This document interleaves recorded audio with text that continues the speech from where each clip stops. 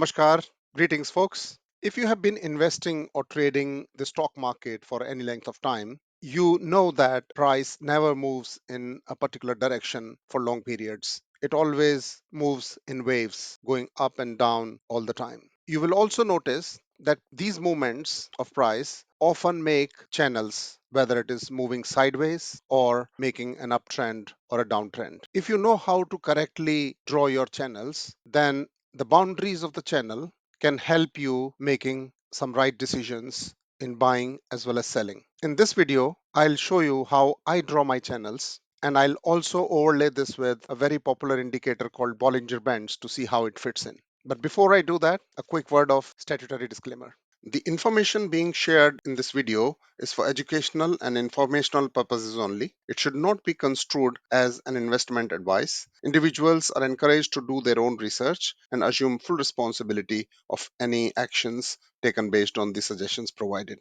For illustration, I have picked up two charts, Microsoft and BP, British Petroleum. In these two charts, I'll be able to show you a rising channel, a sideways channel, and a downward channel. Let's get straight into the charts. Let us first look at Microsoft. I would like you to focus on the latest price action from this swing high up to the current price down here. A swing high here, then price came down to make a swing low, went back up to make a swing high, which is lower than the previous high. So lower swing high, another low, which is lower than the previous low. So lower low, lower high, lower low, lower high, lower low. So by definition, it is making a downtrend. So if I was to draw a simple trend line on this, because it is making a downward trend, so it will be on top of price, and I pick up any 2 points which cover the entire price action. So this is your trend line. But we are talking about channels today. So instead of trend, let me draw a channel. Most platforms have a tool called drawing parallel lines or parallel channels. You'll find it in your toolkit. So I go to my toolkit and pick up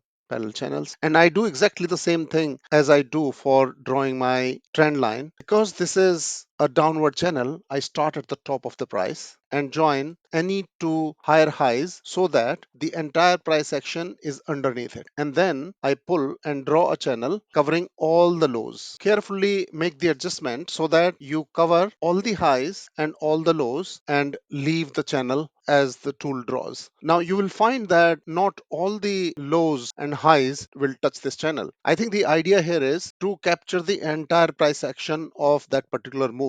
Now, how it can help you in decision making is that when the price action comes to visit the bottom of the channel, that can offer you buying opportunities. Of course, you will want to see it alongside other indicators like either Fibonacci or finding demand supply imbalance in the past or a big support level. So that is one way. And equally, if the price visits at the top of the channel, then you know that it might be ready for a swing low. Okay, so by just drawing the channels and looking at visually, it can help you in making decisions. Now let me overlay Bollinger Bands on top and see how close this channel is to the Bollinger Bands. So I'll go to my indicator list and pick up Bollinger Bands and draw that. So as you can see, the Bollinger Bands are following the price more closely. And the reason for that is it is an indicator which is calculated off price. So obviously it will follow it more closely. But you can see that on the key points here at the low, at the high, the Bollinger Band and the channels that I've drawn are matching.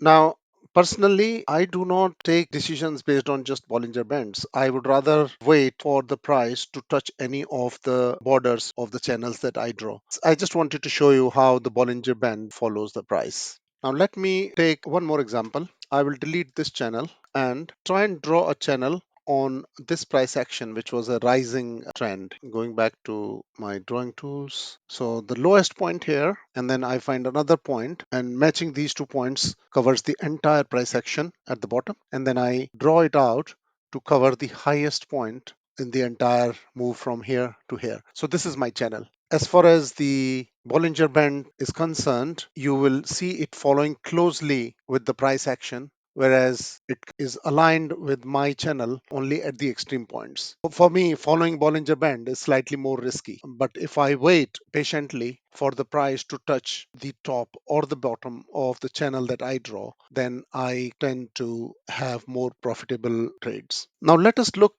if we can find a sideways channel on this. So let me just drop these things to make the chart clearer. If I see the price action from here to this point and going in sideways direction, then this area is a good area to show sideways channel. So again, I pick up the parallel channel lines. So there is one area that I can draw from here. So covering these 2 points and then stretching it out to cover the highest point. Let us now take a quick look at BP and see if we can find similar examples there. So on BP, let me just pick up this first because this is a clear downward channel. Because it is a downward channel, I'll start at the top. So let me try to find 2 points which cover this entire. So that is your channel. It is basically touching this point and the top here. Rest of the price action is under. And at the bottom, I've got this touch here. Another important thing with channels is that after doing a long time in the channel, when it breaks out, it gives you a real good opportunity to take a trade in the opposite direction. In this particular case, after a downward channel, when the price broke here, it is an opportunity to go long or to buy this particular stock, right? So that is also a good use of following the channels. Now, since this channel has been broken here, let me get rid of this and concentrate on the recent most price action. The recent most price action has now started making a rising trend with this, the lowest swing, a swing high, a swing low, which is higher low, higher high, higher low, higher high. Now this was breached here, so this low is no longer valid. So I will treat this as the swing low. So if I was to draw a channel for this, then it will look something like this. Let me pull it all the way to cover up to the point where it made the lowest low. So this will be the channel for this rising trend. That concludes today's topic of how to draw channels and using them to make your trading decisions. Hope you find this useful. If you like the contents of this channel, please subscribe and like the channel. And if you think someone else might benefit from this information, please share the video along. Thank you. Namaskar. See you soon.